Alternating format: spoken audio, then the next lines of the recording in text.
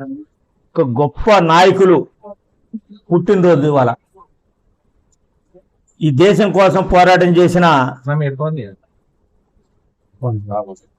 అల్లూరి సీతారామరాజు గారు ఈ రాష్ట్రం కోసం, పేద బడుగు బలహీన వర్గాల వారి కోసం మెసేజ్ వినిపించి ఒక మంచి కార్యక్రమాలు చేసిన నాయకుడు మాజీ ముఖ్యమంత్రి వర్యులు కోనిజేటి రోషి గారు. ఇంకొక నాయకులు అల్లూరి సీతారామరాజు గారి స్ఫూర్తితో ఈ రాష్ట్ర ప్రజలు కోసం, పేద బడుగు బలహీన వర్గాల వారి కోసం ప్రాణాలు అర్పించిన స్వర్గీయ వంగవీటి మోహన్ రంగ గారు. వీళ్ళు ముగ్గురు కూడా ఈ రోజున పుట్టి ఇదే తారీఖున ఇదే రోజున పుట్టినందుకు ముందుగా వాళ్ళకి వాళ్ళ ఆత్మశాంతి కలగాలని చెప్పేసి ప్రజల కోసం ప్రాణాలు అర్పించిన నాయకులు కాబట్టి వాళ్ళ స్ఫూర్తితో ప్రతి ఒక్కరు కూడా ఈ రాష్ట్ర ప్రజలు, ఈ దేశ ప్రజలు నడుచుకోవాలని చెప్పేసి మనస్ఫూర్తిగా వాళ్ళకి నేను పుట్టినరోజు శుభాకాంక్షలు తెలియజేస్తున్నాను. అదేవిధంగా ముఖ్యంగా మంత్రి గారిని, మీరు మంత్రి గారు లాలోచి పడి వైసీపీలో జాయిన్ అయ్యారు అని ఒక ఛానల్లో చూసారు. దాని మీద అదేవిధంగా ఇక్కడ లోకల్ ఇన్ఛార్జ్ మీరు కలవట్లేదు అనే దాని మీద కూడా ఇప్పుడు నా రాజకీయ ప్రస్థానం రేపల ప్రజలు తెలుసు. నేను చాలా పట్టుదలతో ఉంటాననేది రేపల ప్రజలు ప్రతి ఒక్కరు కూడా లేని పార్టీలోనే కొనసాగాడు, కానీ ఎప్పుడు కూడా రాజీ పడ్డ రాజకీయాల్లో ఒక పనికిమాలినోడు మాట్లాడిన దానికి నేను సమాధానం చెప్పాల్సినంత అవసరం అయితే లేదు. ఆ పనికిమాలినోడు అని ఎందుకు అంటున్నానంటే, నేను అంత ఖచ్చితంగా ఈ రోజు నేను చెబుతున్నానంటే రేపల్ల నియోజకవర్గంలోనే కాదు, ఈ రాష్ట్రంలో ఉన్న నాయకులు, మాజీ ముఖ్యమంత్రులతో కూడా నేను నడిచిన సందర్భం, నా ఇంటికి వచ్చిన సందర్భం ఉంది. ఈ రోజు వరకు 83 నుంచి స్టిల్ ఈ రోజు వరకు కూడా ఏ నాయకుడి దగ్గర రాజకీయంగా సంబంధించి చెయ్యి దాపిన సందర్భం లేదు. కానీ నేను పై చెయ్యిలోనే నేను ఉన్నాను. నేను చేసిన వ్యాపారాలు, నేను ఎంత వ్యాపారం అయితే చేస్తానో అంత వ్యాపారం సంపాదించిన మొత్తం కూడా రేపల్లి నియోజకవర్గంలో చర్చిలు కానివ్వండి, దేవాలయాలు కానివ్వండి, పేద వాళ్ళకి చదువులకు కానివ్వండి, నేను ఖర్చు పెట్టినోడిని లాలూజీ పడాల్సినంత అవసరం మోపిదేవి శ్రీనివాసరావుకి లేదు. పనికి మాలినోళ్ళు మాట్లాడే మాటలకి నేను స్పందించాల్సినంత అవసరం లేదు. ఎవరైనా మోపిదేవి శ్రీనివాసరావుకి ఎవరైనా సరే, ఏ పార్టీ వాడైనా సరే, ఏ ఎంతలో నాయకుడైనా సరే,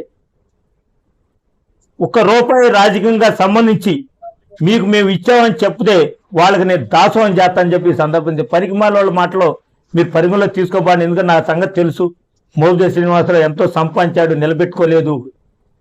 ప్రతి ఒక్కళ్ళు ఉంది అది. ఎవడో మాట్లాడిన దానికి వాళ్ళ వాటి కోసం నేను చేయి తప్పాల్సినంత అవసరం, లాలూజీ పడాల్సిన పని లేదు, చీకటి రాజకీయాలు చేయాల్సినంత అవసరం లేదు. నేను ఓపెన్గా ఉంటాను, ఓపెన్గా బజార్లో తిరుగుతాను. ఇవాళ కూడా ఏ గ్రామం వెళ్ళా నేను వందల సంఖ్యలో జనాలు నన్ను ఆదరిస్తున్నారు, రిసీవ్ చేసుకుంటున్నారు. ఏ గ్రామం వెళ్ళా నాకు ఇన్ఛార్జి లేదే, స్టేట్ పదవి లేదు కదా నాకు, ఎందుకు మరి గ్రామాల్లో నన్ను రిసీవ్ చేసుకుంటున్నారు? నేను వాళ్ళ పక్షాన వాళ్ళు పనిచేసి ఉండా. నాది సేవా కార్యక్రమం మనస్తత్వం, నాది రాజకీయాలు కాదు. కాకపోతే కొంతమంది వాళ్ళు నాకు ఏదో ఆశ కలిగింది, రాజకీయాల్లోకి వచ్చా. కానీ ఎవరికి లొంగాల్సినంత అవసరం లేదు, ఎవడో దగ్గర నేను చేయి దాపాల్సిన పని లేదు, ఎవడు కూడా నాకు ఇచ్చానని చెప్పుగలిగే మగోడు లేడు. సార్, నియోజకవర్గ ఇన్ఛార్జిగా పీఠం మోహన్ గారు వచ్చిన తర్వాత మీరు వైఎస్ఆర్ పార్టీలోకి ఎంటర్ అయిన తర్వాత ఇరువురు కలిసి పాల్గొన్న కార్యక్రమాలు ఎక్కడ కనపడలేదు, ఇద్దరు కలిసి కార్యక్రమాలు చేస్తున్న సందర్భాలు కూడా కనపడదు. దాని మీద ఏం సార్? రేపల్లి నియోజకవర్గంలో వైఎస్ఆర్ పార్టీలో పీఠం మోహన్ జాయిన్ అయిన తర్వాత, మోపిదేవి శ్రీనివాసరావు జాయిన్ అయిన తర్వాత కార్యకర్తల్లో వైఎస్ఆర్సీపీ పార్టీలో ఉత్సాహం పెరిగింది అంటానికి ఏమాత్రం సందేహం లేదు. రేపల్లి నియోజకవర్గంలో వైఎస్ఆర్ కాంగ్రెస్ పార్టీ చాలా మొదటి స్థానంలో అడుగులేసే సమయంలో అధికార పార్టీ కానివ్వండి, కొంతమంది నాయకులు కుట్ర పన్ని రేపల్లి వైఎస్ఆర్ కాంగ్రెస్ పార్టీ నిర్వీర్యం చేయటం కోసం అని చెప్పేసి కుట్ర పొందుతున్నారు. దానిలో భాగంగానే ఈ రోజు వరకు కూడా ప్రతి గ్రామాల్లో టచ్ చేస్తున్నాం, ప్రతి గ్రామాలు వెళ్తున్నాం. పేటమ్మోని వస్తున్నాయి, ఫేస్బుక్ లో నాయి వస్తున్నాయి, పేపర్లో వస్తుంది, టీవీలో వస్తాయి, తిరుగుతున్నాం అని చెప్పారు. ఇద్దరే వస్తున్నాయి కలిసి రావట్లేదని. ఇద్దరు కల్చర్ లేదంటే అతని బాధ్యతలు ఎక్కువ ఉంటాయి. నాకేంటి జగన్మోహన్ రెడ్డి గారు పార్టీని డెవలప్మెంట్ చేయమంటున్నారు. కొంతమంది నాయకులు స్తబ్దతగా ఉండి వాళ్ళు కూడా బయటికి తీసుకురమ్మని అడుగుతున్నారు. ఆయన నాతో బాధ్యతలు అప్పచెప్పారు నాకు.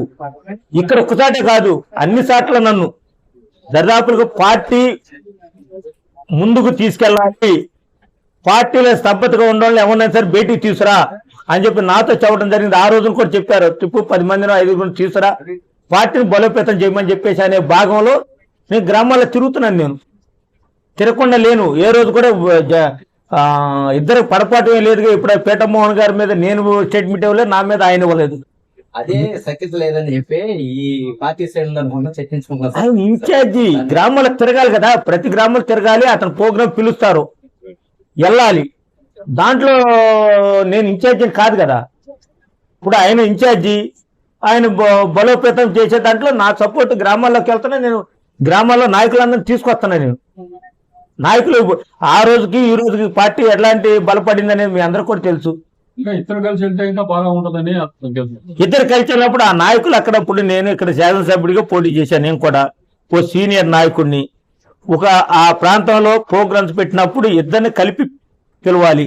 ఒకరిని పిలుస్తున్నారు, రెండో వ్యక్తిని పిలవనప్పుడు కొద్దిగా ఫీలింగ్ ఉంటుందిగా సీనియర్ నాయకుడిగా. ఇప్పుడు ఒక క్యాండిడేట్ ని పిలిచినప్పుడు ఆ క్యాండిడేట్ అన్నను కూడా పిలవండి అని చెప్పేసి అంటే అసలు ఏది ఉండదు. ఇద్దరిని పిలిచారనుకో, వచ్చేసి ఫలానా రోజు ప్రోగ్రామ్ రేపు పెట్టేసేసి నేను రేపు పొద్దున ఉండకపోవచ్చు, బెంగళూరు వెళ్తాను, లేదా కేరళనో లేదా గుంటూరు విజయవాడ వెళ్తాను, నేను ఉండకపోవచ్చు. దానికి అపార్థం చేసుకుంటే ఎట్టాకు. ఇప్పుడు ప్రోగ్రాం ఒక ఫ్రేమ్ చేసుకోవాలి మనం. ఒక 4 రోజుల ప్రోగ్రాం, ఎల్లుండి ప్రోగ్రాం ఉంది, చెరువుపల్లి మండలం ఉంది, తర్వాత 15వ తారీఖున ఏదో నగరం మండలం ఉంది, 8వ తారీఖు నిజాంపట్నం మండలం ఉంది. ఫ్రేమ్ చేసుకుని ఆ ప్రోగ్రాంలో పాల్గొనిపోతే అది మీరు మాట్లాడాలి. ఇప్పుడు ఆయన ప్రోగ్రాం ఇన్ఛార్జి, ఆయన పిలుస్తారు, ఆ క్యాండిడేట్ నన్ను పిలవకపోవచ్చు, నేను అందుబాటులో ఉండకపోవచ్చు. దానికి రకరకాలైన పరిస్థితులు తీసుకెళ్ళకూడదు అనేది నా అభిప్రాయం. పార్టీ అయితే మాత్రం గతంలోకి వాళ్ళకి రేపు 29లో అధికారంలోకి రేపల్ నియోజకవర్గం కూడా ఒక భాగం అవుతుంది. వైఎస్ఆర్ పార్టీ జగన్మోహన్ రెడ్డి గారిని ముఖ్యమంత్రి చేయడానికి రేపల్ కీలక పాత్ర ఉంటుంది. రేపల్ నియోజకవర్గంలో అధికార పార్టీని ఓడించి వైఎస్ఆర్సీపీ శాసనసభ్యుడిగా రేపల్లో గెలుస్తారని చెప్పేసి నేను దాంట్లో భాగమే ఈ కుట్రలన్నీ కూడా అని చెప్పేసి నేను అంటాను. ఆయన ఫీల్ అవుతారని మేము వస్తున్నాం సార్ కదా. నేనైతే ఫీల్ అవుతాను సీనియర్ నాయకులు కాబట్టి.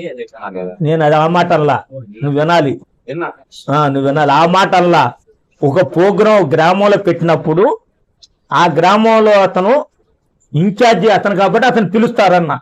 రెండోది, నేను ఇన్ఛార్జి కాదు కదా. ఇప్పుడు నన్ను పిలుచుకోవచ్చు, నేను ఆ టైంలో ఉండిపోవచ్చు, నన్ను పిలవదు కదా, నాకు ఇన్ఫర్మేషన్ ఉండదు. ఉన్నప్పుడు నాకు ఎట్ట తెలిసింది ప్రోగ్రాం? నేను బెంగళూరు వెళ్తాను, లేకపోతే విజయవాడ వెళ్తాను, హైదరాబాద్ వెళ్తాను, అంతే కదా. అదల్లా నాకు పిలుపులో నాకు ఆ ప్రోగ్రామ్ ఇన్ఛార్జీలు పిలుస్తారు.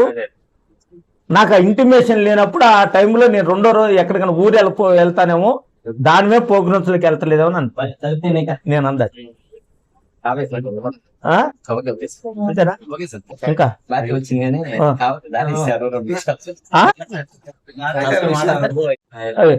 జగన్మోహన్ రెడ్డి గారు ముఖ్యమంత్రి చేయడం కోసం దేనికైనా సిద్ధమే నేను. అసలు దాంట్లో రెండో ఆలోచన లేదు. సరేనా? జగన్మోహన్ రెడ్డి గారు ముఖ్యమంత్రి అవ్వాలి.